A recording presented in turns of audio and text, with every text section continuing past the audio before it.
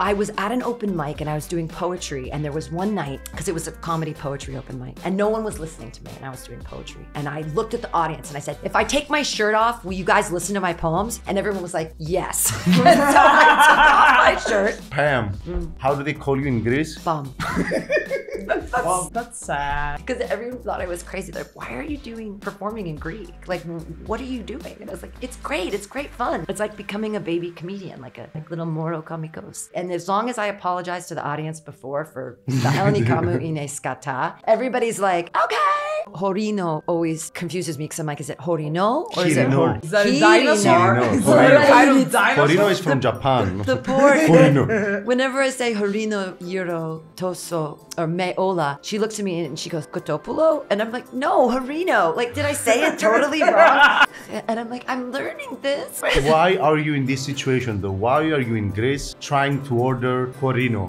Gyro Horino. Why are you at this stage of your life? Bam Benjamin. You guys watch the news? America is a shithole country of capitalistic assholes. I said, well, how do I do it? And they gave me the best advice for new comedians ever. Don't go on stage until you have 5 punchlines. You know what punchlines are. They're like, I'm gonna get on stage and tell a story I tell at the water cooler. Everybody laughs at me all the time. It's like, no. Can you talk again in character, please? Yes, in Greek. In Greek. Can you order a Hirino, a Horino? Yeah. I want to rock and roll.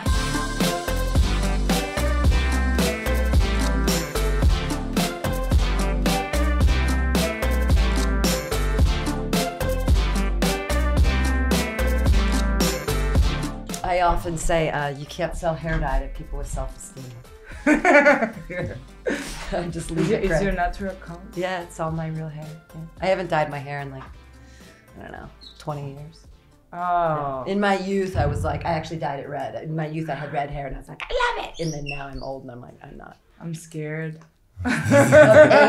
Yeah, me too. Me too. How long did you have your hair red for? All through college and How many years? probably from when I was like 19 to 30. And 19 then to I 30. have I have like 12 years.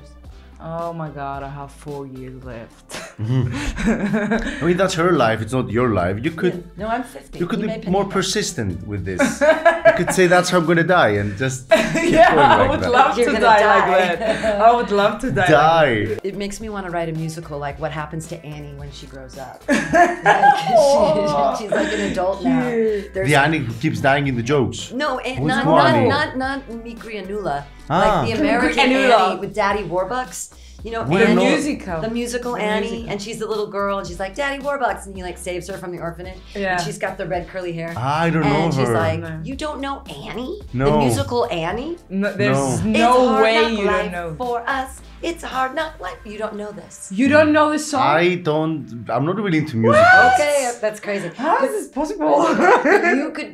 We could write a musical for Annie as an adult, and Daddy Warbucks, like it starts at Daddy Warbucks' funeral or something. Yeah.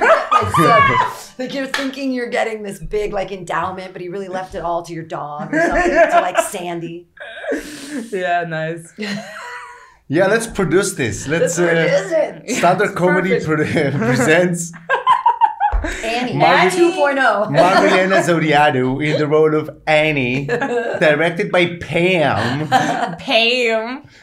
And Euros Kyriakos does nothing because he has He's no the idea. producer. He's the producer. I'm gonna be the dead guy. Start with the being dead. You would never shave your head because you love your hair too much. Daddy Warbucks is bald. Actually, I would love to shave my hair for like a role.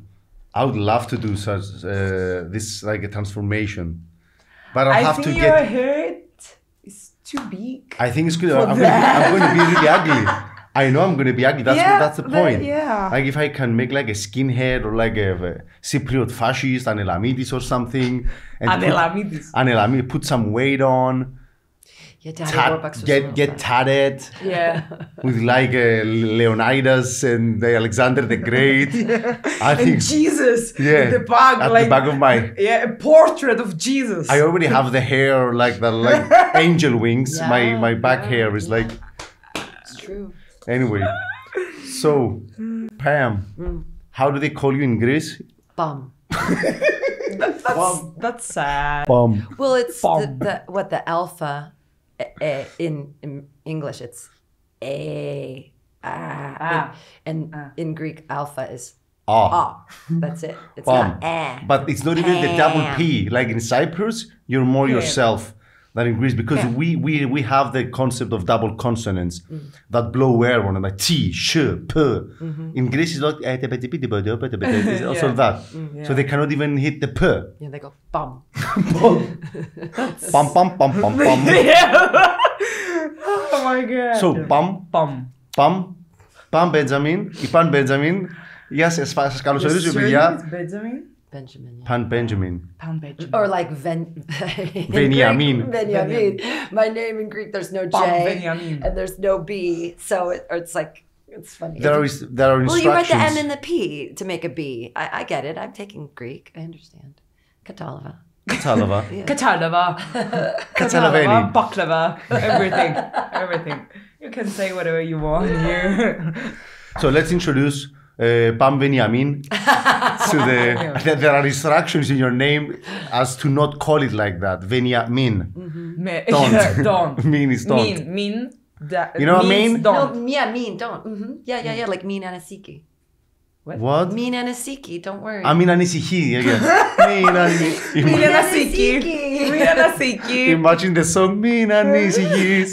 Μην ανησυχείς. No, it's mean Eurisi. I know that song too. That's a good one. Yeah. What? You know the song? Mean Eurisis. I know the Μη song. γυρίσεις. Yeah, the don't come back and the. Τίποτα μη ζητήσεις. Για ένα. I want to ask, how do you say the Greek food, the traditional? I'm not gonna say it to you because Spanakopita? no, no, the other one with the meat and the potatoes in the pita. How do you call it? In the meat and the potatoes? With the layers. With That has moussaka? layers. No. It's, Moussaka? No, don't believe. it's like a sandwich It's with like a sandwich. meat, potatoes, and tzatziki. Oh, Euro. Gyro. Ah, okay, that's correct It's a actually. Euro, yeah. I heard a lot of people. Gyro. Yeah, what the fuck is gyro? Oh, I don't know. But it's Horino always confuses me because I'm like, is it Horino? Or is it Hirino. Is that a Hirino. dinosaur? Hirino. Is that a Horino. kind of dinosaur? Horino is from Japan. The poor. Horino. Whenever I say Horino, Euro, Toso, or Meola, she looks at me and she goes, Kotopulo? And I'm like, no, Horino. Like, did I say it totally wrong? Yeah, Am I you- speaking Greek? Like, every time I think I'm speaking Greek, they look at me like, and I'm like, I'm learning this. Like, Learning this. Why are you in this situation though? Why are you in Greece trying to order Horino? Gyro Horino. Why are you at this stage of your life? Well- Pam Veniamin. You guys watch the news. America is a shithole country of capitalistic assholes who have zero empathy and like Methan, tipota respect for the arts, and they're just horrible, selfish, dumb people. I mean, I don't know. I say don't want to like- be American You say anymore. like 20 words. 20 adjectives negative, all negative. All negative. I don't understand why all the people. The American spirit is strong with this one. Yeah. That everyone who's here is like, oh, the dream is to go to America. I'm like, don't go. Why? It's great here. What's wrong? They're like, why are you here? Like, because I love it. And they don't get it. It's a terrible place. People are just scared. ingenuine. You should be. You should be scared. Yeah, don't go there now. They'll deport you anyways. They I'm won't not. even let you in. I'm not gonna go. It's I'm not gonna go. Yeah, it's a terrible place. Mean. Yeah. Here we know. Mean pass. Mean pass. Right? Mean pass. Yeah. I think mean, the state is singing towards you. Me γυρίσεις. They're like, never come back. I don't ever want to go back. It's a terrible place. It's getting worse by the day, and it's super expensive, and like everything, the whole ideology there is antithetical to my personal beliefs. I'm a utopian socialist, and I'm a staunch anti-capitalist, and it's all of your value in the United States is literally tied to money. Like your intrinsic value as a human no longer exists. And I really wish they'd just say that like people don't matter. You're all just little walking dollar signs. You don't matter. Because if they'd say that, I could respect them a little bit more. But this fake, like, American dream, we care about you. It's bullshit. It's not true. And I came dressed like that today. Is there anyone who's like, who really believes that America is about people and it's not, I mean, it's the most individualistic society ever. It's all about making it financially. I mean, I thought that was clear. Is anybody who's like... No, but they sell us a lie. They sell you the American dream that anybody can make it because all people have value, that anybody can come here and they can make something of themselves. Yeah. But that's completely untrue. You can only make it if you have generational wealth, or if you have... what's that word when you... Nepotism? If somebody, someone or your parents know someone. And people pretend that it's not that. They're like, oh, pull yourselves up by your bootstraps. What if you don't have any boots? Like, you have no straps to pull. But it's based on a lie, because all of the wealth that was created in the United States was based off slavery. It was based off free labor. Yeah. And still, like, hey, women have been doing free labor forever. Can we, like, give moms money? Can we say that the labor of women has value monetarily? No, they want the free labor. Like, that's how people make. If someone works for $1 they didn't earn, someone earned $1 for not working. Like, it's just... I say that again. If someone works and doesn't make $1, someone didn't work and makes $1. It's just it's all a lie. The American dream is a lie. But that's how they keep us down there. Like, oh, anything can happen. You can be a star. You can go to New York or LA and you'll be... No. Do you know someone in the industry? No one's going to find you at some fucking open mic in some basement in New York. There's no way. No matter how hard you work, no matter how diligent you are, if you don't know somebody or you're not fucking the right person, you're fucked. There's nowhere you could be the best comedian in the world and perform every day. And if you don't know the right people, you're never going to get anywhere. So you think that's different here or like in the rest of the world?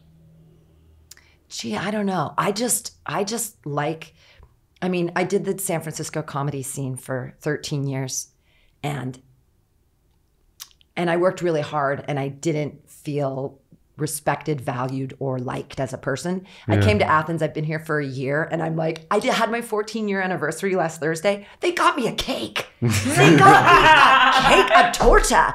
And they put the little 1 in 4 little candles on it and they sang me a song. And I'm like, no one ever did that in San Francisco. No one ever bought me a cake. What the candles were saying on the cake? It was a 1 and a 4 for my 14 years of comedy. 14 years of comedy. Yeah. And you closed those years like in Greece? 14 χρόνια doing comedy. And you found yourself at Ziggy Bar? At Ziggy Bar, which is a bar that you started doing regular shows when? Like I started in April doing weekly shows there, and it just keeps growing and growing and growing. So when did you go to Greece though? First. I first landed Valentine's Day on February 2024. And within 2 months you started doing... No, that was 2024. And then I was here for 3 months, and then I had to leave. Here, you mean Greece? Here, Greece. The Mediterranean. Well, I don't know what you mean. Whatever. And then Planet Earth. Planet Earth. I had to go back to the United States for 3 months, and then I got a student visa to learn Greek. So I came back beginning of October. Arkisa na έμαθα στα ελληνικά. Καλά θα πάει αυτό. Οκτώβριο, νεκρή μέος. 3 ώρες κάθε μέρα. Really? Στο πανεπιστήμιο. We don't even do that. Well, I love it. I want to, because I have a great respect for the language and the culture, and I want to be there, here, wherever, forever. And so I think the first step is learning the language. Also, I got a visa. So I got a student visa, and I landed in October, and my goal was to have a 5-minute set in Greek within like 6 months, and within 3 weeks I was performing in Greek. Bravo! Yeah, that's amazing. Yeah, so I have a set, and that's amazing. Everyone thinks I'm crazy. They're like, "What are you doing?" And I have a friend who he had to go back to Australia, but one day he was like, "You're so inspirational that I'm going to Spain and I'm going to do sets in Spanish." And I was like, "Yeah!" So, because everyone thought I was crazy. They're like, why are you performing in Greek? Like, what are you doing? And I was like, it's great fun. It's like becoming a baby comedian, like little Moro Comicos. And because it's starting over. And I really like that. So like I'm taking my ability as a comedian from years and years, and I'm starting with a new language. And it's great. And as long as I apologize to the audience before for the Elnika mu ine skata, everybody's like, okay, like look at her try. Prospato. And so I, do my little set and I love it. How much time do you have in bits in sets so far in Greek? Ime dekalepta. You're dekalepta, okay. Yeah, nomizo dekalepta. I mean, of kala, but zesty pentalepta, I know zesty, hot. I have a hot five. Zesty σε καυτό. Καυτό πεντάλεπτο. Έχεις ένα καυτό πεντάλεπτο. Καυτό τα αστεία στα ελληνικά. Yeah. Your tight five, let's say. Tight five. Σφιχτό πεντάλεπτο. Σφιχτό. Good. Did you translate your bits? No, I write new bits specifically in Greek because it's a different kind of humor. Yeah. Totally different sense of humor. Like it doesn't translate. Also, like a lot of my jokes in English are specifically American. Like if I did a Trader Joe's joke, you guys would be like, what the fuck is Trader Joe's? But in America, everyone knows. Sklavenides, or Kotsovolos or this kind of. I mean, okay, let's take it a bit from the start. I mean, you are a passionate person. You just splayed yourself here, showed us your moral stand, your ideological standpoints, your aggression towards your own country. She had 2 coffees from the morning. I mean, she has a lot of energy. Amazing. Oh, what do I have? Oh, yeah! I can't believe it. Then I have a fixed tattoo. Oh my God. Xana You chose the worst beer to do a fucking tattoo? I love fixed though. It's my favorite fix. But this is not crazy because I also have this is PBR. What? The shittiest American beer is called PBR. And it's that tattoo. And so I have 2 shitty beer tattoos. I love shitty beer. Yeah. Perhaps that's a nice to go to every country and find the worst beer. The worst beer. I could put a Keo one Here's here. Keo, Come on. And it's not Keo, it's Keo. Keo. Yeah. So let me put some concept in the podcast. I mean, people don't know who you are yet. We haven't said it yet. So you are an American comedian. Mm-hmm. You've been doing stand-up comedy the last 14 years. 14 years. You are from San Francisco. Yeah, Apato, San Francisco. Yeah, born and raised there. That's amazing. I can hear your day speak. Born and raised there. Yeah, I had lived in California for 49 years of my life. Never left California. I mean, I left. I traveled and shit, but I always lived in California, North and South. So I've been NoCal and SoCal. NoCal and SoCal. Okay, and you decided to start doing comedy at how old were you? So I was 36, and I had I got a master's in poetry. I have an MFA in poetry, and I love words and I love language. And I was in a really bad. I used to skateboard. And I was in a really bad skateboard accident. Random things. Right, yeah. Just random things. Well, I used to skateboard and it took up a lot of my time. And then I got really hurt. I busted my chin. I lost some teeth. And I was like, I can't skateboard anymore. I'm an old woman. But why? Because once you spit teeth into your hand and you're like, my mother was right. Like, I'm gonna lose teeth. Yeah. So I quit skateboarding. Twice. And I had all this extra time. And I had friends. I had this radio station, and so how old were you? 36. Oh my God! I was thinking comedy. The other day. I was thinking to start doing skateboarding. No, I was thinking to start rollerblading. That's gonna Please don't lose your teeth. Yeah, it's so I have dangerous. one good quality about me. I'm gonna lose that as well. Yeah, my smile was everything. Hair Losing and a tooth. teeth. Yeah, No. And you know what? In America, when you lose a tooth, people treat you so differently. They're just like, you're a crackhead. You have no value. You're clearly on drugs. They treated me so differently. Like you're disabled? Pretty much. Well, you're disabled. You can never be on TV. People they don't trust you. There's weird things about Americans. There's like social distrust embedded in lack of teeth. Because Americans hate poor people. That's the basis of America. We hate poor people. Trump hates poor people. Everyone hates poor people. We've been taught that if you're poor, you're somehow bad. It's your fault. You did something wrong, and that's why you're poor. And if you don't have teeth, that means you can't afford to get your teeth back. And so it took me a couple years to afford an implant. Once it was so different. Once I got my implant, people treated me so differently. It was wild. But then my implant fell out, so I didn't have a tooth again for a while. This is like a fakie. Thank you, Greece, for your cheap dentistry. But it was so difficult. Come to Greece. We'll fix your teeth, fix your status. Yeah, exactly. It's a status thing. If you don't have teeth, people treat you differently. It's terrible. So it's Greece for teeth and Turkey for hair. I guess. I don't know. I don't have a hair problem. I have too much. I have so many pubes. It's like I have a kitten in a headlock. Oh my God. It's like, it's like, it's dank and swampy down there. And Cyprus is for passports. Yeah. So you were 36. You started doing skating. I stopped skateboarding. And I had friends who were doing comedy, and I was at an open mic and I was doing poetry. And there was one night, because it was a comedy poetry open mic, and no one was listening to me, and I was doing poetry. And I looked at the audience and I said, if I take my shirt off, will you guys listen to my poems? And everyone was like, yes. And so I took off my shirt. Yes, please. And I did poetry in my bra, and everybody was just like, what? And then after these comedians came up to me, one of them was named Jason Dove and the other one was named Alex Q. Huffman. I don't know if they still do comedy. And they said, that was really funny. Have you ever thought about doing comedy? And I was like, yes. And I said, well, how do I do it? And they gave me the best advice for new comedians ever. 5 punchlines is 3 minutes.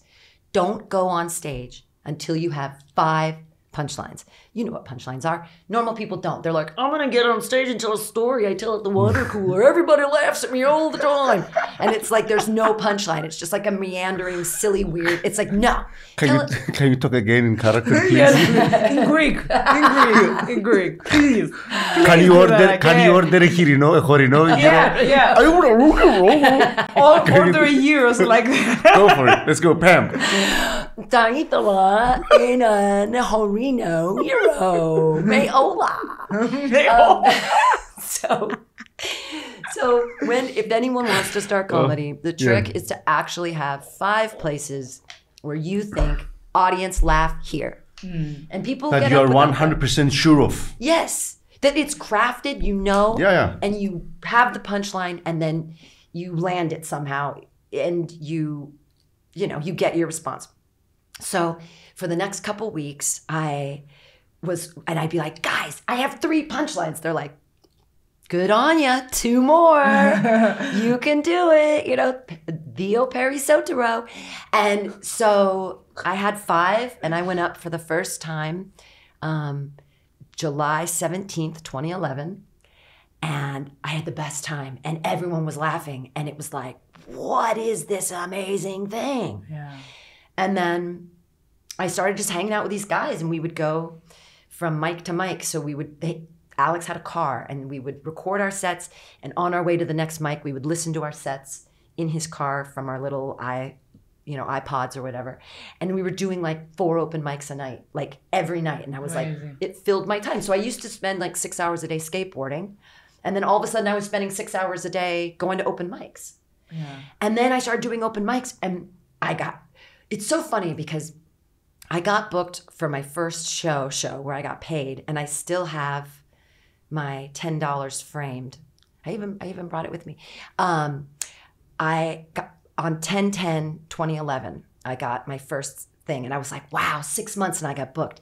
And kids these days, they get up and they're like, why am I not getting booked in shows and stuff? And I'm like, you just started. You've been doing it for like 3 weeks and you think you're going to get booked and paid? Who do you think you are?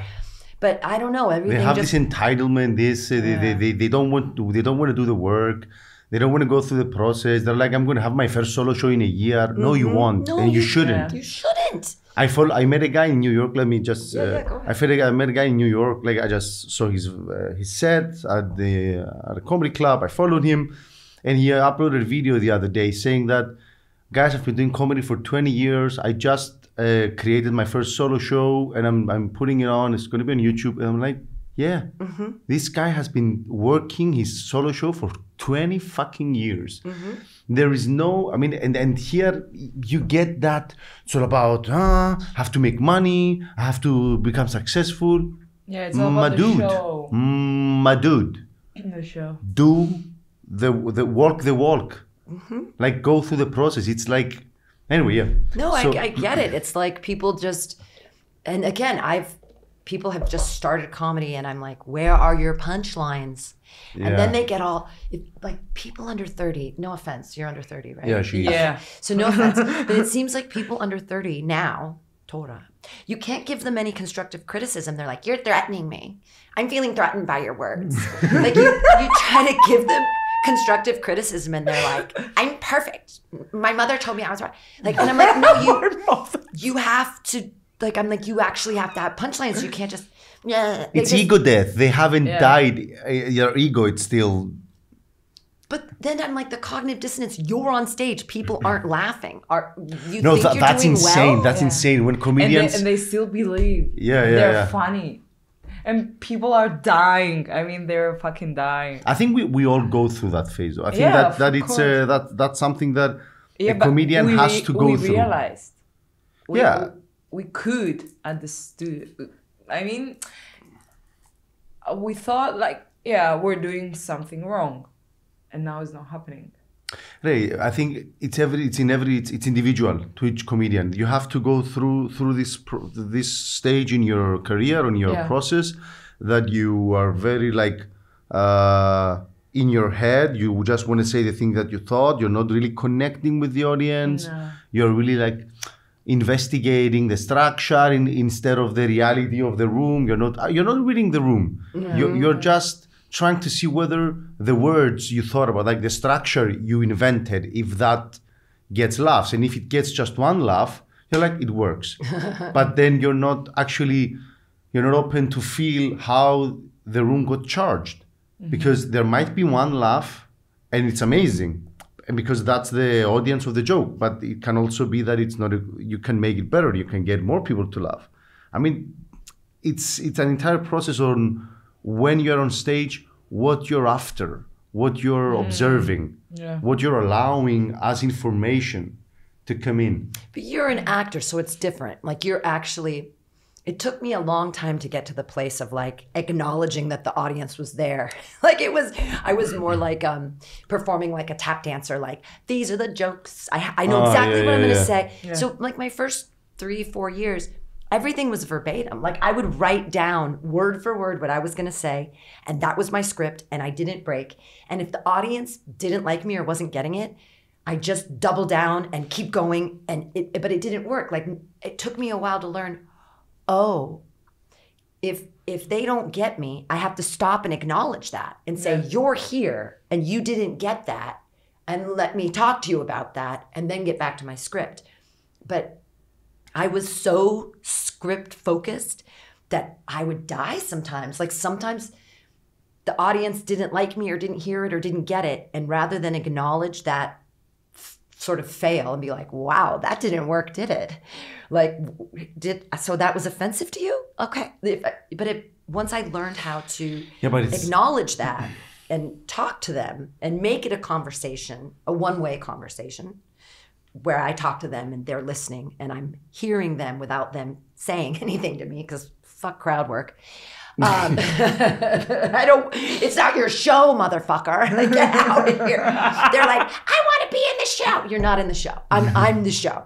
You're watching me now, my script. But once I acknowledged that I could stop, acknowledge that and pull back, and I was like, oh, okay.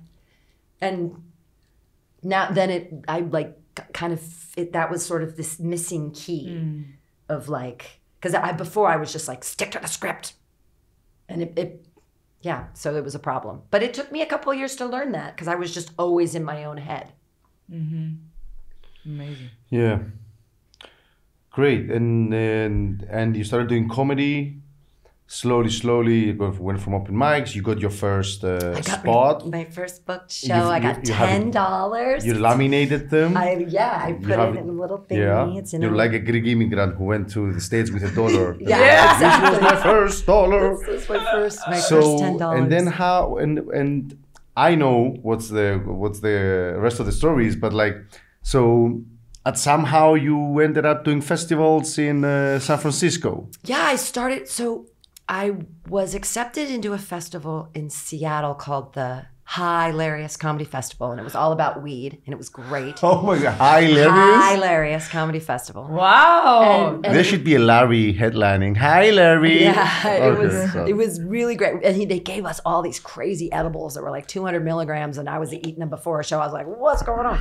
Anyways, I went to this festival, and I got back, and I was like, I could do this, because they rented a space to do the festival, and I had my own space because of Mutiny Radio. And I was like, I can throw a festival because I don't have to pay for a space. I already have a space. Asterisk here. What's Mutiny Radio, though? Let's go a bit into that. Well, Mutiny Radio still exists on the internet. It's a huge cache. That's how I found you, actually. Oh, that's awesome. Yeah, it was through Mutiny Radio. Oh, that's awesome. Yeah. It's a huge, mutinyradio.fm has hundreds of thousands of podcasts that I've done with people and different people had done over the years. But it had a physical space in San Francisco that I ran for 10 years. And it was, oh God, it was a labor of love. It was very difficult. So it still exists as an internet presence, but we're not creating content anymore. But all of those podcasts are there, and I have all the archives and whatever. And so I ran a festival for 8 years, and it was great. Hans Kim was on the first year. Everyone knows Hans Kim. He was on the first year. Yeah. Kill Tony's Hans Kim. Yeah. He was on the first year. And there are a couple. You were an organizer. I was the organizer. I did it alone for years. Alone? Yeah, and the mistake I made was on my 8th one, I actually trusted people under 30, and they fucked me and tanked my entire business. I paid everyone.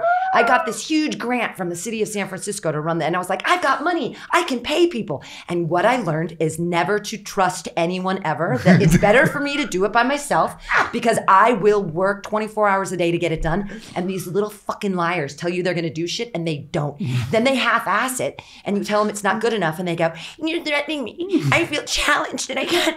It's like, it's ugly and not good enough. You used AI, you lazy little bitch, and you try to. It's like you took 3 seconds on ChatGPT.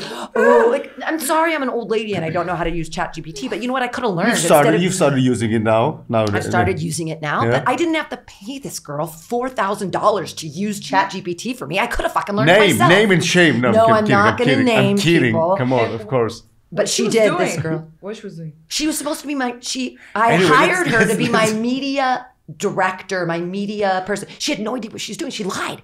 She was like, I know what I'm doing. And I believed her because people under 30 know me and they're pretty. And I'm like, oh, look at you, pretty person. I believe you.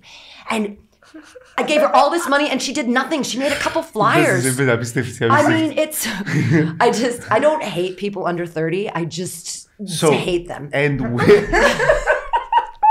And for some karmic reason, the karmic dice of the planet Earth D&D brought us together. Like we met in Athens during Easter. I went to Athens for the theater show, and I so good. Actually, you came to the show, yeah. And I understood it. Attempts at our life, yeah. And you read the script prior? I did. I read the script and I watched it in English too. I watched a terrible English rendition. Oh my God. I watched it twice on YouTube, but I read it and then, so I was very versed with the script. Yeah. And your version was way better. Thank you. It's actually a show that I'm really proudful to really to be part of. Anyway, so I was in Athens. I wanted to do open mics. I wanted to do shows. And I found Pam's Mutiny Radio. I contacted her. She hosted me at an open mic. And I ended up doing like 15 minutes instead of 5. She allowed me just to go on. And he could have done 25. He just dumped out on his own. I was like, why'd you stop? You were killing. You're going. It was really good. I mean, in English? In English, both in Greek. Her open mic is How do you say it? Miso. It's miso Anglica, miso Stalinica, Amerikes Mazi. Yeah, it's really fun actually. It's really nice because the people that come there, they know that if they're tourists and they don't know Greek, they're okay with it. Okay, this comedian is 5 minutes. We're not going to get anything. It's fine. Then, but they're like they listen. They observe. They don't talk with one another. It was a really nice. That's a really nice thing. You're just created in Athens. I mean, that's also nice. The beautiful thing of artists traveling and exchanging cultures and. You just went to Athens and within 3 months, 4 months, you started producing your own show. I mean... Is that a show or do you have a venue? It's a bar. Yeah. But it's, it's a show at the bar. And it's a show. It's supposed to be an open mic, but I never figured out how to make the submission form. Like the way Athens open mics work. You should hire the... Yeah, girl. Hire someone under 30. I'm gonna hire ChatGPT. I mean, I bet Chat could explain it to me, but I couldn't figure out how to make the Google form. So I just kind of every week ask a bunch of comedians, and the comedians actually come to me now and go, "Can I be on the show this week?" And I'll be like, "Of course, yeah, Viveus." But I try to make sure that I don't let them do it 2 weeks in a row. I like to every other week it. But now the comedians that I'd never even approached are approaching me and being like, "Hey, can I be on your show?" And I'm like, "Yeah, great." So it's been getting around that it's a really good show, which makes me really happy. And I mean, the Athens comedy scene was already set. I mean, there are comedians they know how to do it. And suddenly a new person comes from a different country, smells the area, reads the room and finds a new place, a new venue and creates something. That for me is applause to you, my dear Pam. It's beautiful. And me as a comedian, I am Cypriot. I knew a lot of people in Greece. Like I sent a couple of text messages. Some people replied, some people didn't. But then Pam was there. I went to the show. There were Cypriots there that had seen me in other shows in Cyprus. I mean, I met a lot of people. It's a really nice thing that you've set up in Athens. Keep doing it. Bravo. And we just started talking. I brought the subject of the festival that we're going for a third edition of the festival. And she just started giving priceless advice on how to do 8 years of festivals and fail on the last one. And epic fail. But it's the reason why I'm here. So I can't I can't fault it too much. No, come on. I mean, without the failure, I would if it would have succeeded, then I would still be in San Francisco because there would be no reason to leave. But it was the impetus that, and I knew Trump was going to be reelected. But those two things together, it was what am I doing in San Francisco? And I wasn't going to get anywhere. And the community there just decided they didn't like me. I mean, I'd worked tirelessly for the community there for years and years and years. And I was like, why am I working my ass off to spend $4,000 a month on rent for this space that people don't even want to go to anymore? And I was like, what am I doing that people don't like me? And it just became this downward spiral of I was always complaining because I wasn't getting respect. It was like I was a martyr and I didn't want to be a martyr and I didn't want to be complaining, but I was like, motherfuckers, I'm in this forever and you don't book me. Why aren't you booking me? And so then that kind of energy was people are like, God, what's wrong with her? But it's hard to be positive when you feel taken advantage of, just completely used. I feel like the community used me and I watched them all go up the ladder. I held the ladder for them and they climbed the wall. They got to the top of the wall and they pulled the ladder up. I'm like, can you give me a hand? I'm down here holding the ladder. Who's going to help me? Nobody. And it was when you continue helping and helping and helping and helping for years and years and years, and you watch everyone else progress and they don't give back because they're selfish assholes. It's rough. It's hard to not. But that's the thing. It's I'm a utopian socialist. I'm about... The dream is dead, Pam. The dream is... The collective dream, is dead. I mean, it's not actually, but there are people... I mean, the world is a big place. That's what I learned just by meeting you, just by traveling a bit. The world is a big place. Mm-hmm. If someone in your own community doesn't want to work with you, I am 100% sure that you're going to find people around the world that want to work with you. I mean... Yeah. It's limitless. It's limitless, and nowadays with the way you can be a digital nomad, you travel, you work, and I think in Europe there is like a rise of this kind of synergistic networks of comedians getting to know each other and giving each other spots in their hometowns. It's like, yeah, come on, we're gonna host you. You're gonna go on the show, and like it's way more. Let's say it's less individualistic. But even in the States, when I went to New York, you helped me. Like you got me on shows with Marty. Marty Kennedy's the oh my best. God! I mean, it is possible to find people that know what it means to take and what it means to give, to appreciate, to be happy to have to say, you know what, I did that and I have that person to thank.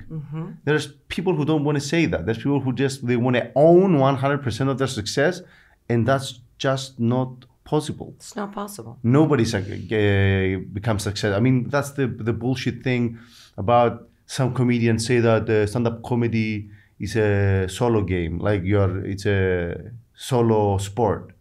No, it's not. No, it's not. I mean, you can view it as this, and the vast majority of the people know, let's say, a number of 10 comedians. Like, let's take all the people in the world. How many comedians do you know? Like, in terms of not the ones that you know personally, the successful ones. Less than 10. Yeah. So every one of us knows 5 to 10 successful comedians. If we take all these 5 to 10 that we know and we add them together, I don't think we're going to go above 1,000 or something like from it. Right. It's we all know more or less the same comedians. If we just remove them from the equation, there is an endless and huge pool of amazing comedians, each in their respective countries, doing the scene, doing the work, keeping the industry alive. And these comedians can go walk in any comedy club in the world if the audience can understand the language and give a heck of a show. Absolutely. Name drop to New Orleans. They have an incredible comedy community. Chris True. This guy, last July, I was in New Orleans for a month because I had to be in the United States, and I was like, I'm not spending my time in San Francisco. So I went to New Orleans for a month to do comedy, and I went to an open mic the first night. It's called the Open Mic from Hell, and it's amazing. And he was like, I love you, get out your phone. And he booked me for a bunch of shows. I got a bunch of paid shows. From him, I met all these other people. He was so supportive. And I was in New Orleans for a month, and I worked like the whole month. And he was just so awesome and giving and open. And I met his whole crew, the True Crew. And it was amazing. So some scenes do have like leaders that are giving and helpful and creating like community. And New Orleans is, if you ever want to go to New Orleans, let me know. I'll hook you up with Chris True. This guy is like amazing. I think it's everywhere.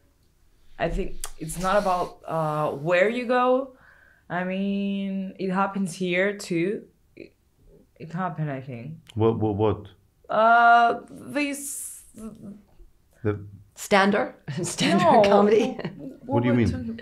The friction, that they take advantage of other people, and there are some people that help, and some others that take advantage, and they're not respectful. I mean, that's going to happen though. I mean, it happens everywhere, I think. But I mean, it's a matter of time as well. Like I think stand-up comedy is a marathon. It's not a 100 yards race. Yeah. I mean, and it's not a competition.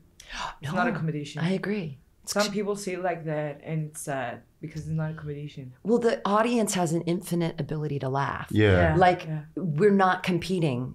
We should be all collaborating, because you make the audience laugh in a completely different way than you make the audience laugh. We have nothing in common and everything in common. Isn't that amazing Right. when somebody goes up and says like, I don't get like how, but I'm laughing. Like, look at them doing one like a completely different thing than what I'm doing, and people are laughing, enjoying it.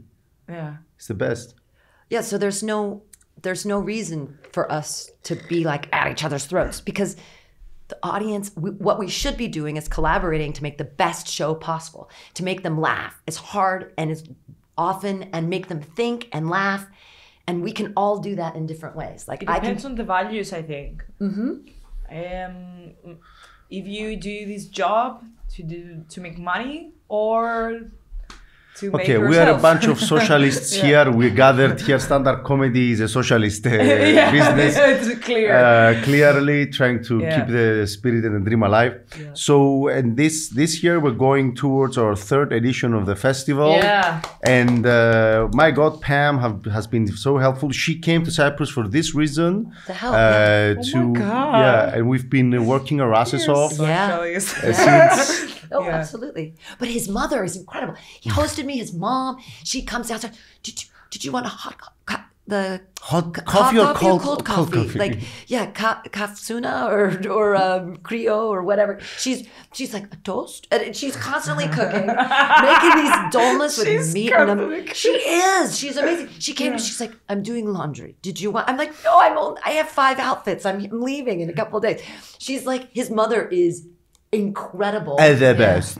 The best. Like We came up with like a rent-a-mom. It's like a service that if you want to be successful, but you're struggling in this capitalistic Yeah. society, rent a mom. But it has to be a Mediterranean one. Like rent a Greek or Cypriot mom. yeah. And especially Katerina. Yeah, Katerina would be like our top, like. Yeah. Well, it's almost like I could even see it as a sketch. She like knocks on the door very quietly. Did you want it's time to wake up. Did you want a coffee? Did you want a hot or cold? And toaster. And She has perfected the craft of being a mom. Yeah. She's like the perfect. My God. rent a mom. She knows the timing to do everything But then right. she goes outside, she lights up a cigarette and she just goes. Yeah. Yeah, I can't. And then she comes back in and irons your underwear. So it's like, comes back in. I told her the other time, why do you iron your underwear? And she was like, I'm bored. Okay, cook us something. No, I mean, as soon as she stopped working, I mean, she's a teacher, she's teaching Greek and history and stuff. As soon as she stopped, like the schools closed, the first 2 days she painted the house. Yeah, she started doing she's it. doing random There is stuff. one like- morning, it was 11 o'clock, and by 11 o'clock she had dusted and mopped the house. Did famoso, the surfaces, opened the drawers and did the tuppers, rearranging of the tuppers. She cooked lufkia με τα λάχανα. She even watered the plants and the yard. And I go like, Mom, and she was trying to iron the clothes, but the iron was broke. It broke. And I was like, Mama, calm down. You've done so many things. And she was like, I've done nothing. Yeah. What do you mean? I've done nothing so far. What do you mean nothing? You did that. Nothing. That's nothing. Yeah. Rent a mom. I Oh my God, yeah. Yeah, and so Pam came and we went through the venues. Oh yeah. We It's saw so them. cool. Stodromo. Yeah, they're all on the same little street. It's so awesome. People are going to be able to just like peripatas down the Dromo, you know? Yeah. And well, they got one there, and they can buy the day pass and be in a show here and then just walk next door and then walk. It's so cool. And then there's going to be music and there's going to be things in between. It's like perfect. It's all so small and compact, and each is going to have its different vibe with and that people can see a Cypriot show and an English lineup, and there's people from all over the world coming. There's going to be Americans and people from Spain and Amsterdam or whatever. Indian people. Netherlands. We have Czechs, we have Greeks, we have Serbs, we have. We were going to have a Dubai lineup, but Wizz Air screwed us over. Why? Like we had it. They're stopping service September 1st from Dubai, Wizz Air. So it was a really cheap flight, and now they're making it like it takes 26 hours to get. And it's like 1,000 euros. Didn't make sense. Yeah, and I was really disappointed. Like the gals, like Roxy and Valentina. Yeah. You remember Roxy? Yeah. She's not coming? She contacted all comedians that we God. found like a group of like 4 of them to come, and they were ready. But I mean, Wizz Air. I mean, that's the thing with trying to organize a festival. Did you look with the Ryanair? There's not. Ryanair we doesn't. No looked one it up. flies from Dubai right No, now now because of all it's- the issues in the. It's either 400 euro ticket that flies for like 20 hours or like 1,400. Like, doesn't make sense for the festival. I mean, this year's Yeah. festival, I mean, it's clear that we did the open call. We got people that were interested from all around the world. And it's clear that it's like, have you been to Cyprus? Yes or no? Do you want to come for like and combine holidays with work and be on a festival, get drunk, enjoy, dance, network, do workshops, do yoga by the sea? I don't know what you. I mean, Yeah. we're gonna set up a lot of stuff, free pottery lessons. You get your videos of your performances. I mean, and it's I really love that. That's what Pam brought into the equation because I would never think of those things. I would never think of as a production that I'm not going to give money per se. We are paying the money as well, but the reason that they're coming is not the monetary reason, is the experience, is the value, is So you have to give more this time. as a production, Yeah. as a and that's A when motive, actually. yeah, and that's when you need community. That's when you need to go to every store around Stodroma and Teatro and tell them about the festival, and then they're like, yeah. So the ice cream shop, I was like, can you give free ice cream to the comics? Of course, we're going to give them ice cream. Like, I went to another shop, can you give them bathing suits? Yeah, we're going to give them bathing suits. We're having a bathing suit show. That's- one in Cypriot and one in I know. and one in My English. headliner there. Oh, that's right. weird. She's going to be headlining the bathing suit show. Come on, baby, of course she is. I'm hosting Of the bathing course, suit babe. show. I'm very excited. Yeah, I'm And very that's excited about that too. That's an amazing arc of a story for Marilena because she was anorexic. She had, yeah, I was bulimic. Yay! Oh my God. Yay! We're bonding here. More issues. Bring more issues. I have a joke about bulimia that I do, and people Yeah, look I at do me have. funny. They're Yeah, like, yeah. "Oh," and I'm like, "It's okay, not anymore." But I think it's a Yeah. very funny joke. I have a 15-minute set. Yeah, about being anorexic. yeah. 15 minutes. 15 that's, minutes. that's a lot. Yeah, that's a lot. And people were just, oh my God. Oh my God, that's weird. And I was like, yeah, it's funny. Yeah, I was about to die. Yeah, that's one of my favorite. Yeah. So she started like, for me, like every festival has, I want the festival to give like the opportunity to comedians to like do something that has to do with their own persona and their own like journey. Like the first festival, you were an opener. The second festival, you're a featurer. The third, you're a headliner. I mean, that's a way to like. I'm not talking about Marilena. Marilena was. Yeah. You were a headliner from the beginning. Yeah. But like in terms of like the material as well, a comedian that used like the fact that it was anorexic to go on stage and do like a bathing suit show, a swimsuit show. That's amazing, actually. It's the best part It's of an the arc. festival for me. Yeah, because I haven't used this material for years. I think for 2 years. So you could be saying the joke and then doing this, Yeah, giving I'm punchline. not anorexic now, and I have to find a way to Yeah. make it work. And not bragging. Yeah, and not bragging, and like I have to convince people that I wasn't anorexic. Like, watch me, I couldn't ever be. That's a nice anorexic. way of like reflecting on the Yeah, path and seeing yeah. where the comedy is Yeah, in this journey.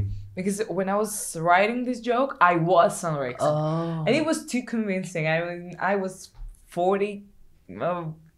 I mean, what do you count? Oh, the metric Right. system. I know. Pounds, I libras, understand. I understand pounds and the other one. What's the other one? Kilograms. Kilograms. Yeah, Yeah, I kilograms. was 40. Like. Oh wow. Yeah. Yeah. 40 And But you're like 5'9". You're tall. what is 5'9"? Inches. 5 feet 9 inches. It's feet. Yeah, 5 feet 9 inches. Yeah. How tall is that? What is in It's very tall. It's έναν 70 κάτι. No! 70 κάτι. You're λέω, taller δηλαδή. than that. Είσαι εσύ, είπε το 5'9", δεν ξέρω πόσο yeah, είναι. yeah, yeah, Yeah. yeah.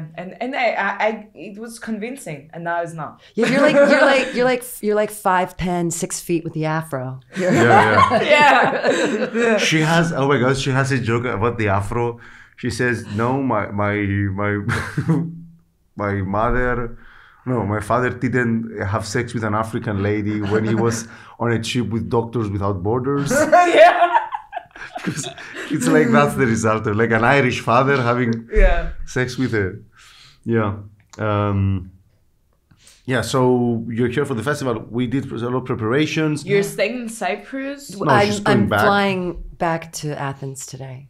But I've been here since Friday. And you're working on coming the back? Yeah, for in the September. festival? Uh-huh. In Yeah, yeah. September. Yeah. All right. Yeah. All right. Yeah. When are you coming? Just Wednesday, the the week of the 17th, the week of the festival. And then I leave from here back to San Francisco to fix my student visa for another year. And then I have to, yeah. How long are you staying there? Just as long as it takes to fix my student visa. So like hopefully as little as 2 weeks because my school actually starts like, I'm going to miss a week of Greek school, but it's okay because it's just review and I'll study. I'll bring my book home and I have the book from last year, same book. So I'll like study my Greek. Is that? The National Capodistrian University of Athens. Yeah, that's where I learned Greek. Yeah, the Modern Greek Language Teaching Center. Little plug for you. It's great because, and with the 15-hour-a-week course, you get a student visa for 8 months, 9 months, and then I get my tourist visa on top, so I can stay for a year. But then I have to keep renewing. Boop, boop, boop, boop, boop. But when I pass my B2, my Vita Dio, I might be able to get a work visa, hopefully. And you're staying there forever? I want to stay there forever. Yeah, I love my apartment. Anybody want to get married? I love Greece. I mean, I love Cyprus too, but like, I love Greece. Yeah, Athens is different. Come on. I feel the same. I love Greece. I love Greece. I love Athens. I love it. Old rocks. I love old rocks. I love cats. I love rocks. Cats. I love cats. Old rocks. Pastries, aggressive men, beers, open container law for beers on the street. That's amazing. Like it's the best. It's the best. What do you place. like about aggressive men? Like flirty? Oh my God. Let's go there. I love to be hit on the bus. Like it's the best. Tolia Forio. Like you get, and they're giving you the three Mississippis. They probably want to rape you or something. No, they're not. They're not like gross. They're just attentive. And they give you the three Mississippis, like 1 Mississippi, 2 Mississippi, 3 Mississippi. I'm like, yeah, what's up? Yeah, there's a river coming. Yeah, but it's totally different in the United States, and especially in San Francisco. I was single for 3 years, and I was very vocal on stage about like I'm lonely, like like anything, like Please hear me out. Yeah, I'm tired of like masturbating with my cats, not with like they just put They're watching. They're there. No, they put their paw on my lower back so I can feel loved. But like but in San Francisco, it's like this Bumble beta bitch thing of like they're like, oh, you need to message me first. Why everybody talks like that in San Francisco? Because they're all whiny little bitches. It's like San Francisco. It's just the way it is. But they're all just sort of like these beta guys that are like, oh, I'm going to be on Bumble and you message me first and like I don't have a personality because I make money. Did you want to play video games with me? Like I'm playing Fortnite right now or whatever. Like I like Minecraft. Really? You're like 30. Come on, man. But in Greece, like, I mean, I have a boyfriend now. I do, and he's 26. Where did you meet him? I met him at a comedy show. He's not a comic, he's just a guy. And he's just a guy. He's just a guy. He's just a random guy. Well, he walked into the show, and we were all like getting ready for the show, and I saw him, and I was like, "Oh my God!" I told my friend. I'm gonna say the joke that I'm single now. I was like, "What?" He walked in, and I was like, "Oh!" I told my comedian friends, I'm like, "He looks like Timothy Chalamet." And I know he looks like a tall Timothy Chalamet. 26. He's younger than Timothy Chalamet. Timothy Chalamet's 29. I'm a little obsessed with my Timmy boy. But so I saw him and I was like, oh my God, he looks like Timothy Chalamet. And my friends, Aladdin and Rashid, they were like, go tell him I dare you. And I was like, hell yeah. And so I like walk right up to him. I'm like, you look like Timothy Chalamet. And he goes, who's that? And I was like, oh yeah. Like he didn't even know. And he had his motorcycle helmet with him. I was like, oh my God, could you be better? He put his motorcycle helmet down and looks up Timothy Chalamet, walks up to me later. He goes, you think I look like this guy? And I was like, yeah. And he was like, okay. oh, all right. And then like we just started vibing and talking. And one of my other comedian friends was like, this guy's like totally vibing with you. And I was like, no, he's not. He's like 20. He's like a kid. Why would he be interested in me? And then he gave me his number. And then he texted me that night. I mean, we talked for like forever. And I was like, oh, we're just Greek? talking. Yeah, it was so Greek. Yeah, very. So Greek. Yeah, so Greek. Tingiros. I mean, I'm totally obsessed with Greek guys. Like, uncircumcised dicks are like awesome. It's like, it's completely, it's like this newfangled awesomeness. I'm like, yeah. But he's amazing. And we started like dating, and it's been 3 months, and he introduced me to his mother, and I'm like, ah. Yeah. She made us lasagna. It was like we had dinner. It was so good. She's a really good cook too. Yeah. So I don't know. Amazing. Yeah, he's the best. And so like, I mean, we're not gonna get married, anything, because I don't want to ruin his life because he's so young. Because he wants kids, and I'm in menopause. I can't have kids anymore. So we're gonna like be together for a little while, and then eventually he'll find. I mean, you've got the scenario already. I mean, you know I it. do, yeah. I just like know. to prepare for them. Yeah, I mean, but around after a specific age, you have to prepare at least theoretically for the scenario and understand its validity. I mean, it makes some sense. No, but you can have kids. I mean, with the how do we say it? Yeah, but no, You can't. I don't have any eggs left. Yeah, not with you. I mean. Oh, yeah. You can rent a mom. Yeah, you can, we can rent a mom. we can rent a mom. We can rent a uterus. Yeah, I mean, but that's the other thing. Like, you know, Ime Penida, how long am I going to live, honestly? Like, I mean, come on. I smoke. I've been smoking for 30 years. You can't get cancer if you never go to the doctor. Like, you can't get diagnosed. Just don't go. But it's like, you know, I'm 50 and I'm going to die soon. And that's why I moved to Greece. Because, like, I'm not going to. I don't want to. They're more cheap. Like. Well, no, not because of that. I'm not going to go to the doctor anyway. But I just don't want to. I didn't want to die in the United States. Like alone and sad and like being like, oh man, what am I going to do with my life? Now I'm like, I live in Greece. Like I did what I wanted to do. I want to die on a Greek island, like a tragic figure. Yeah, I'm not going to die. Tragic figure. I'm coming to the funeral. I'm on there. I'm there. Tell jokes. Tell good jokes. So honestly, like if I die first, tell jokes at my funeral. Okay. But if you die first, you got to tell jokes. It'll be a big open mic. It'll be rad. But I don't think I'm going to die. I'm in pretty good shape, I think. But again, I mean, I smoke, I drink.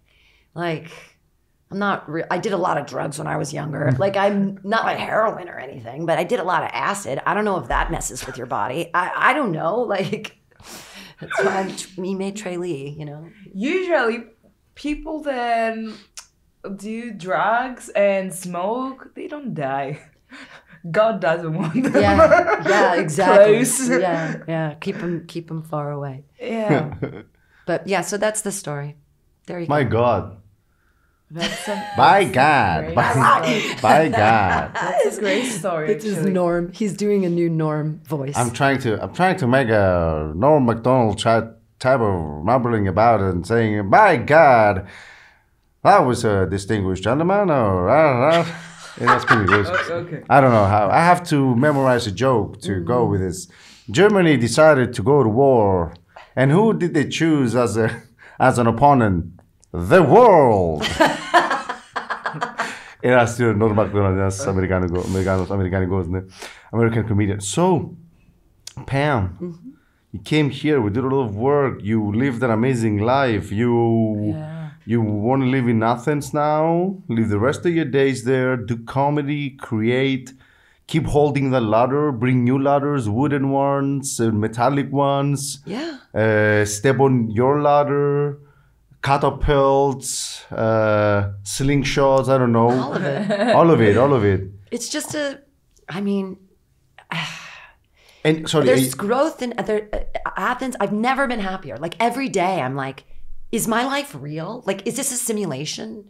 Am I living in a movie? Am I alive? Am I already dead? Like, is this heaven? I can't, like, it trips me out. Like, I'm like, what, is this real? This is real.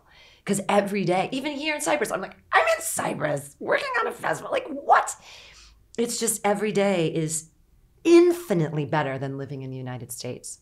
Infinitely. There is a poem. I've been being with you the past 4 days. I've been thinking of this poem all the time. It's by Kavafis, and it's "Η πόλης." The gist of it is like wherever you go. I mean, he was a bit pessimistic and a bit faggy. No, he was being a fag about it. He was being a fag about wherever you go, the city will be after you. Like that's the gist of the poem was like wherever you go, the city will go after you. And of course the city is yourself. And I was thinking that that's a really shitty poem to teach to kids. Like we shouldn't teach that poem to kids because it really it can hinder your sense of wonder, sense of discovery, sense of challenge and risk. They feel that they're stuck. Why should I go to the state? Yeah, the way I failed in Limassol, I'm going to fail in there. The way I was stuck here, it's like not that really because people change. It's also a part of like shedding your old skin. I mean, that's the city, in my perspective. You shed your old skin and you try things out differently, or you can also try the same things in a different place. And it could work. Yeah, it might work. It does, it works. And I'm so much more like, I'm in such a good mood. Like I haven't been in a bad mood since it's been a year and a half and like every day is better than the last. And like the positivity breeds more positivity. And I realized that when I was in San Francisco, I was like constantly negative and that negativity bred more negativity. But there was, although I was trying so hard and I was like, somebody help me be on my team. And then I tried to pay people to be on my team and then they failed me too. And I was like, this is not the place. And so I left. I mean, I got rid of everything and Why did you choose Greece? I came to Greece for the first time in 2018. This is so weird. I don't know how much time we have left on the podcast, but there's a show on HBO called Westworld. What's that? Actually, yeah, I mean, we're not over time. We're gonna go for you. Oh, right, because I've got to get to the You gotta airport. get the bus at 1. Yeah, what time is it now? It's I could take you to the airport. Oh my God. If you're willing to. Yeah, fuck it. Let's Then let me tell this story. Let's finish the podcast organically okay. and I can drive you. It's fine. So there's a show on HBO called Westworld, and it's about AI. It's based on a 1973 William Brenner film, based off a book from Michael Crichton, where there's this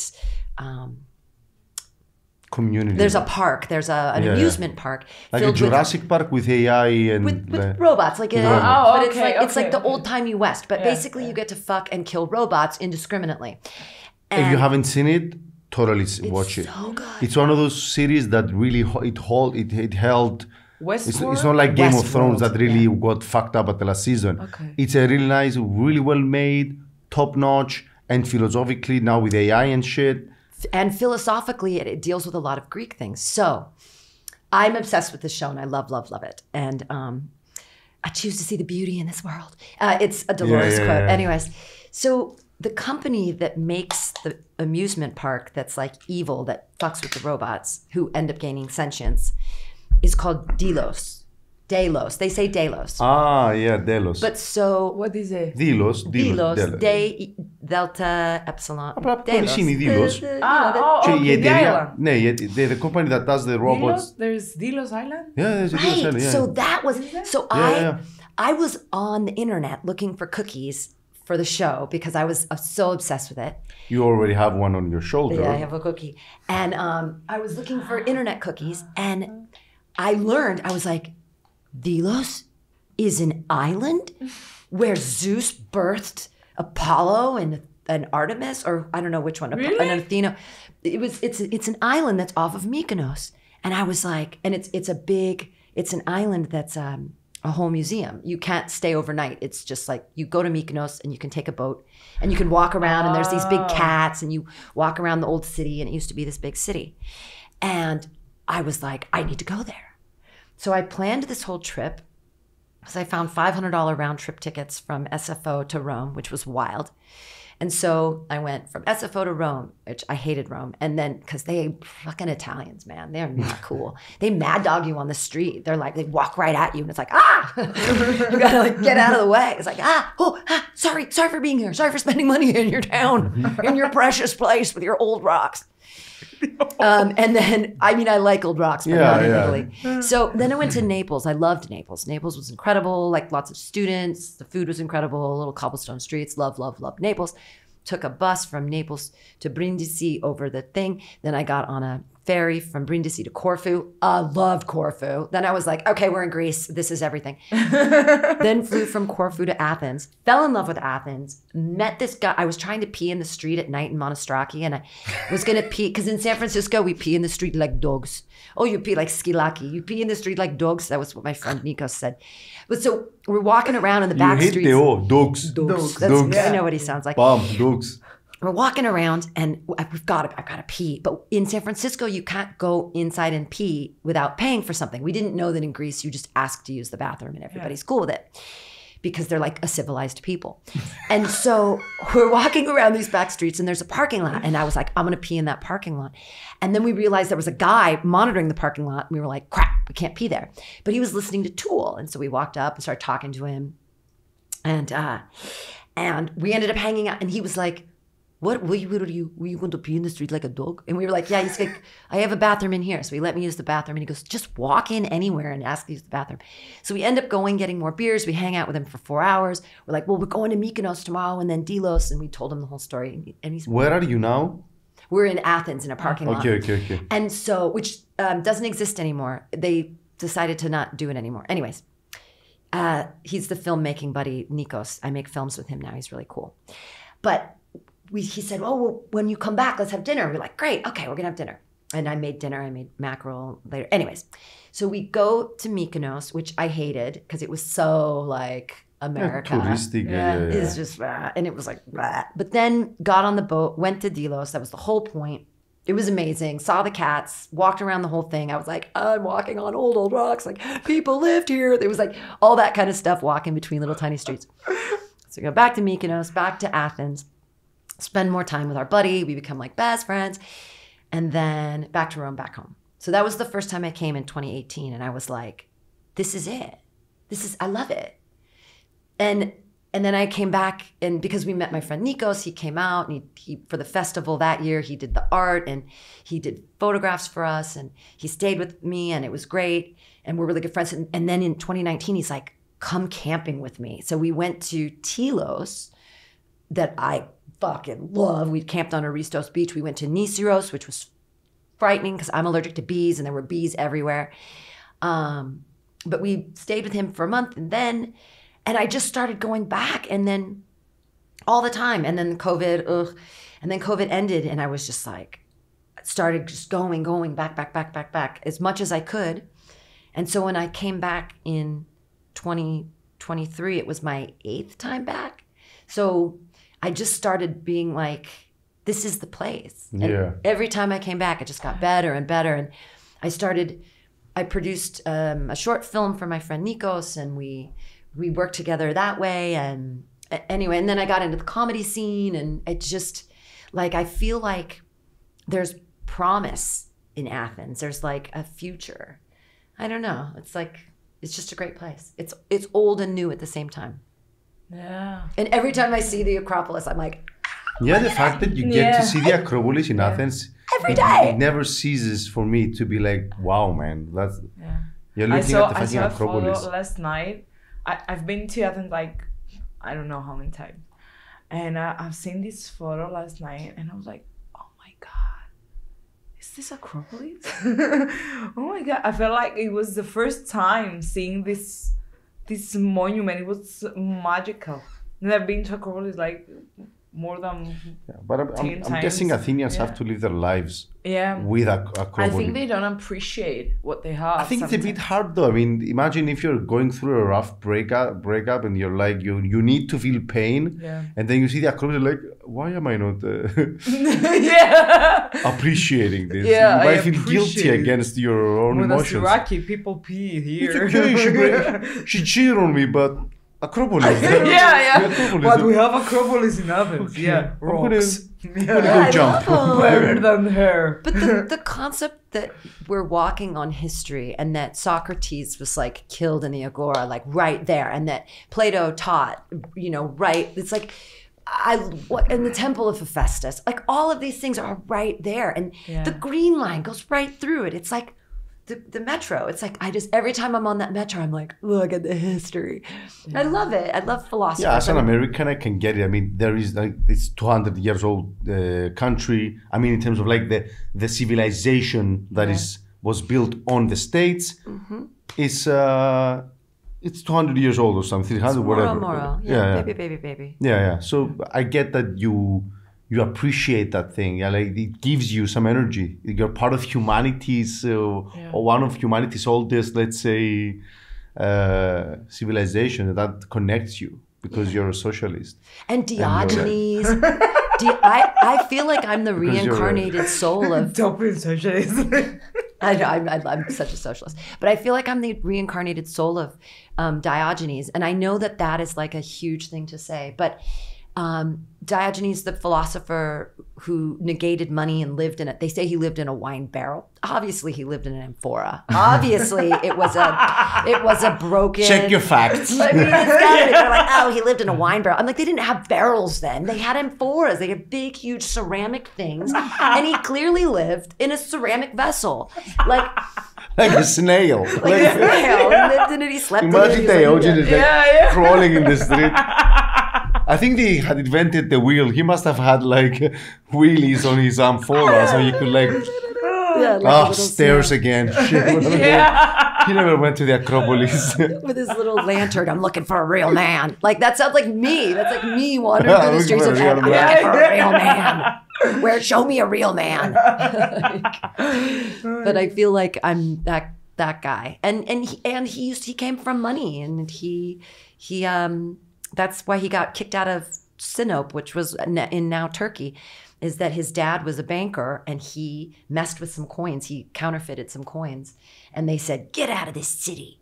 And they sent him away. And then in the end of his life, he became a slave, but he was like a really revered slave because he was teaching this one guy's kids. And he was like a really important family member, even though he was a slave.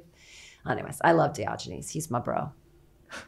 Yeah, I feel like he's in my soul. Anyways, yay. Amazing. What question can you direct to this woman? What kind of? I can ask her. I mean, she's limited. She's endless. She just goes on and on. Yeah, she's. What a life she lived. What a life she keeps living. What a gal. I feel appreciative of the fact that we met. Me too. The fact that we're collaborating, doing business Your and art energy is together. amazing, and I think that it's the first time in 3 years we're doing the festival that it has this vibe and energy and more people, and I think that it's because you're in it. Of course, she breathed life into. I mean, she gave. Yeah, the festival wouldn't be in the structure that it is now if it wasn't for Pam. I was surprised because when you started talking about the festival this year, I was like, is this going to work? I mean, because we don't know. We might doesn't. We used to work for the past years, and I was like, is this gonna work? Does it make sense? And then when I started thinking about it, I was like, yeah, it makes perfect sense because the energy is different and the vibe and people keep signing. Yeah, I mean, Marilena is on the email, so she keeps singing, seeing all the people that. Yeah. So how is that from your perspective? Let's weird because I have OCD and yours is not happening. The fucking emails, just check them out.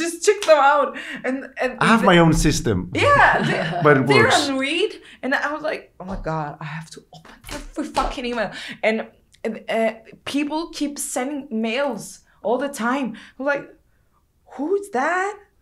are they bombing us from Iran? What is this? What? Amsterdam? And yeah, and people from all over the world are coming. And at first I was like, I don't think that this is gonna work. And when... Why though? What? I don't know, because I was... because we did a good work for the past 2 years. And we followed a system that it was working. And we made it happen. I mean, for 2 years. Mm-hmm.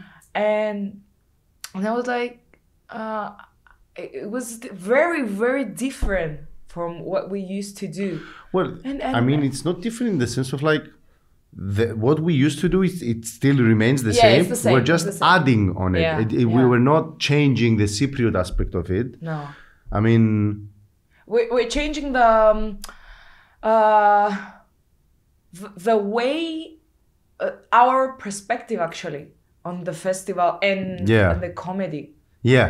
Yeah, that's the difference. And that's the shift that I wanted to take, Yeah. because the first editions of the festival were oriented towards like 3 or 4 or 5 big shows. Yeah, Like in a theater with veludo, that velvet with velvet on the seats. and it was very, very. It was a show.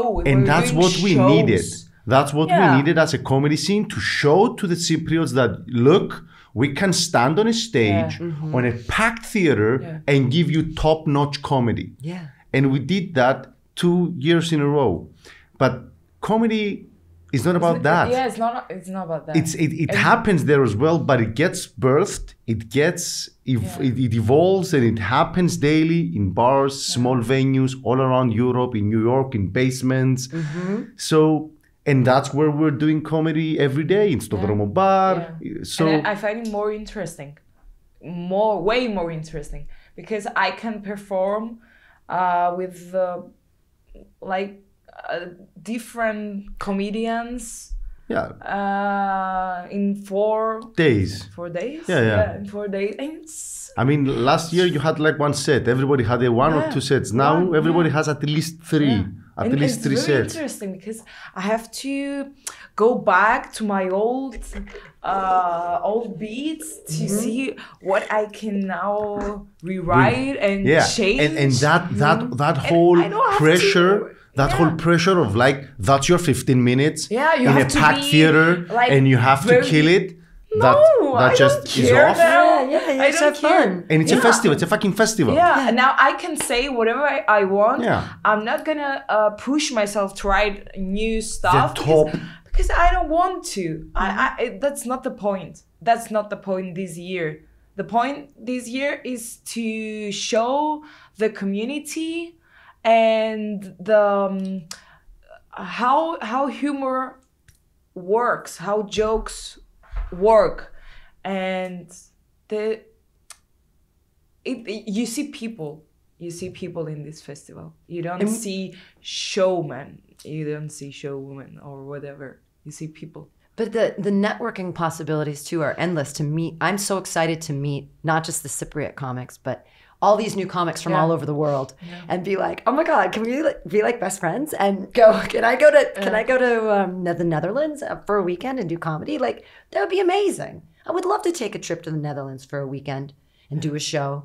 And right now I don't really have that opportunity, but after the festival, Well, that's the I point of the will. festival. That's the point of the festival. I mean, all the comedians that are going to be in the festival would have had a really tough time coming to Cyprus to do comedy if it wasn't for the festival. Yeah. I mean, if you're not one of the 10 comics that we said before that can pack a stage or a theater, it's hard for you to come, to travel and do comedy. Yeah. And that's why festivals of this nature should exist. Like, to give the opportunity for the audience as well. And the audience as well, like, you're going to give to the Limassolian and the Cypriot audience an experience for 4 days that in order for them to get that experience, they should have paid like tickets to go to a different country and just watch regular shows like, either, I guess, Amsterdam that has like or Barcelona, Berlin, or let's say New York or San the States. Francisco. There's Yeah, two San yeah, yeah. Franciscans coming. Yeah, yeah. Like, Yeah. they've got, and Go they're there. both regulars at the Punchline. They're both Yeah, past. and at we're going. the, you That's know? exactly. We're going to bring comedians that are like doing comedy Yeah. in their places, Uh-huh. and the Cypriot, the international and Cypriot locals would never get a chance to experience that packed, Yeah. that compact experience. That's it's one. amazing. I mean, That's it's unique. I mean, this has never happened again in Cyprus, and I couldn't be more excited about it. Yeah. I mean, yeah, And it's been hard, I went but back to when I started doing stand-up, and I was like, yeah, this is it. I mean, I wasn't doing, shows in packed theaters. So this is what I want to do. It's way more easier to show people your how you feel and be honest with them. Because if you want to impress, you're a bit fake. I Yeah. think. Yeah. I think this is what I feel. Yeah. And this is a good way to show people respect and Authenticity. yeah, authenticity. Oh, that's yeah. like the new thing, is like Yeah. being authentic. Yeah. And that's what an audience, I think, wants to see is the more authentic you are on stage and the more that you're presenting your unique point of view, they're going to be like, yeah. And it works like if you do this kind of shows, they don't have high expectations and they can enjoy the show more, because when you introduce them a really great show and like elephants and fires and all this fucking stuff, Yeah. they have really high expectations and they don't enjoy what they hear and what they see. This is the vibe that I get every time we're doing like a very fancy show. Right. Velvet seats, big stage, Yeah. special lights. They expect. I mean, it's show. It's nice to place that Yep. as well. I mean, hopefully, my dream is that we conquer this aspect of the festival this year, that it goes well, Yeah. and next And year the we previous combine them. with both. Next yeah. year we combine them, But and the we festival. have to test both of them. Yeah. So imagine if next year's festival is like both in Rialto and in big theaters and in other cities as well. I mean, Yeah. baby steps. But yeah, I think we have to wrap it up more Yeah. or less. On Saturday we have a show. Yeah. I mean, I don't know the episode when it's what day is it today? It's Wednesday, Dora. Oh, you're Yeah, in it's Wednesday. Pathos. Yeah, Paphos. let's see Yeah, if in it's we're Paphos. going to manage to edit it. Yeah, it's possible. Let's see. It's Let's see. possible. Can we- Yeah. If not, we're going to be at the 8 of... So tell the Saturday. On Saturday, 26th. 26 at 8. I don't remember where do we... Hani Hani to Ibrahim, Panjaru. Hani to I'm sure you Panjaru. don't know Ibrahim's Hani, Yeah, but I you know don't Hani know. of Panjaros and Hani of Gravia. Anyway, but this is Yeah. at Paphos. Yeah, at 8 center. o'clock. It's me, Yorgos, Ilias. Alexis Poulidas, Ilias Andreou, who Nikou else? Kidis. Nikou Kidis, Irini Arfanidis. And Natalie Konelian is opening. Natalie is our opener. Okay, at 8? No, at the English. At the English Yeah. show. She might open at the Greek. We don't know. She'll figure And it then out. we have a show when? 10 o'clock. And 10 o'clock on Saturday. On an Saturday. English show. It's going to be me, Alexis, and Nick, Irini and Nick. Yeah. And then what's the next show? It's going to be like it's free entrance. It's with Petridio Idrima. We thank them very much, and the municipality of Paphos. And there's going to be drinks, food, music. Yeah, it's like a mini festival. Yeah. Yeah, it's like a Like a mini day- festival. Day. Stand-up comedy night. Yeah. Let's say. And then on the 8th of August, we're going to be at Neo Chorio Paphos. Like it's even further from Polio Chrysophous. Yeah, it's away. Bring your passports. Yeah.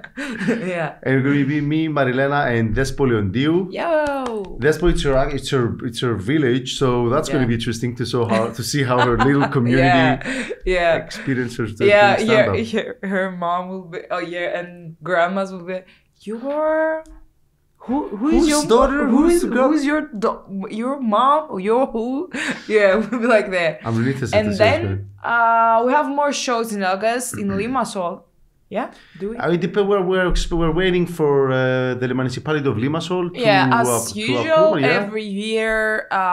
We do the Molos show. Well, we're gonna figure them out as soon as we have them cleared. Yep. I really want to say thank you to Optikani Kolaidis for the support this year. This festival is going to be with us. All of the sponsors from last year, Diomidis is going to be with us again. They're going to be feeding the comedians. Coffee shop, Yodis is going to be with us again. What else? We're going to Φέτος έγκολο μου 23, δεν ξέρω αν το καταλάβει. Yeah, we're not going to do the flies. Thank God. Thank God. We're doing fly swatters. Oh, that's cute. No, we're not doing. We might do it. We might do it. She might do it again. Let's see. I am. I am. For sticking 2 with it. years. Yeah. 2 fucking years in a row. I was fucking putting stickers. Yeah. Stickers. Yeah. See, she's under 30. She's complaining. No, you're fine. You were doing the actual work. Yeah. How many? More than 2,000. That's a lot. Yeah, I know. In 2 years, more than 2,000. Not every year. No. See, So but it's that's, like- that's not. I guess that's a use. it. that's Shut a the fuck useful up. one. You were useful. Be And I have these appreciative. nails. With these nails. That's amazing. That's on you. The nails are on you. Well, Literally. I guess a fly swatter is kind of useful merch, but I always make lighters. I buy a bunch of lighters and I put the stickers on lighters because people. Please don't bring ideas. Please. I just I love we had lighters. enough. We had enough. Okay, of enough it. ideas. Enough Enough ideas. ideas. I don't want to. Ideas. I'll fucking make stickers this. I'll make the anywhere. lighters. Make the I'll lighters, Make the lighters. Yeah, you She can doesn't do want it. to work. stickers. She doesn't want. She No, was she's already done the work. Let her do the jokes. last. Oh man! She did the work last year. Yeah, What about this that's why year? I'm here this year. You got me. It's fine. I've got my own personal Diogenes. You could take a break. You're my I'll be your stickers. I have no problem with You're stickers. my Diogenes. You're my slave. Sure. Your mom. I want you to do your your- nails when you come on September. Oh, that's so sweet. I bite my nails. I'm like a nervous wreck. Okay, I'll do this later. So the conversation went to nails. So this is done. This podcast is done. This podcast is done. Thanks for listening. This was Pam Veniamin, Pam Thank Benjamin. you so much, Pam. Pam. Pam είναι για σένα. Pam για φεστιβάλ. Το φεστιβάλ πότε είναι, τι πάμε. From the 18th to the 21st of September. 18th Thursday, 21st Sunday. We're going live soon, guys. So stay yeah, tuned. there's going to be like approximately 9 shows every day. We're like 38 shows in 4 days, approximately 40 comedians, local and international. 5 venues. So the 3 basic venues are Θέατρο 1, στο δρόμο A and στο δρόμο B. Then we have Hustlers Bar. We're going to do some raw comedy shows there, late midnight shows. Oh, cool. Yeah. And then we have στον Κύκλο, where Louis Patsalidis is going to do a tribute to satirical songs. So yeah, these are the venues, these are the dates. We're going to go live. You're going to be able to see everything from our page Stand Up Comedy. Please send us messages if you don't understand anything and if you have questions. Yorgos, not me, or Pam. I don't work this year. I'm kidding. People are already asking about the festival, by the way. Yeah. So if you didn't ask. Yeah. So, see you soon. Thanks you, See Pam. you soon. Thank you, Pam, so much.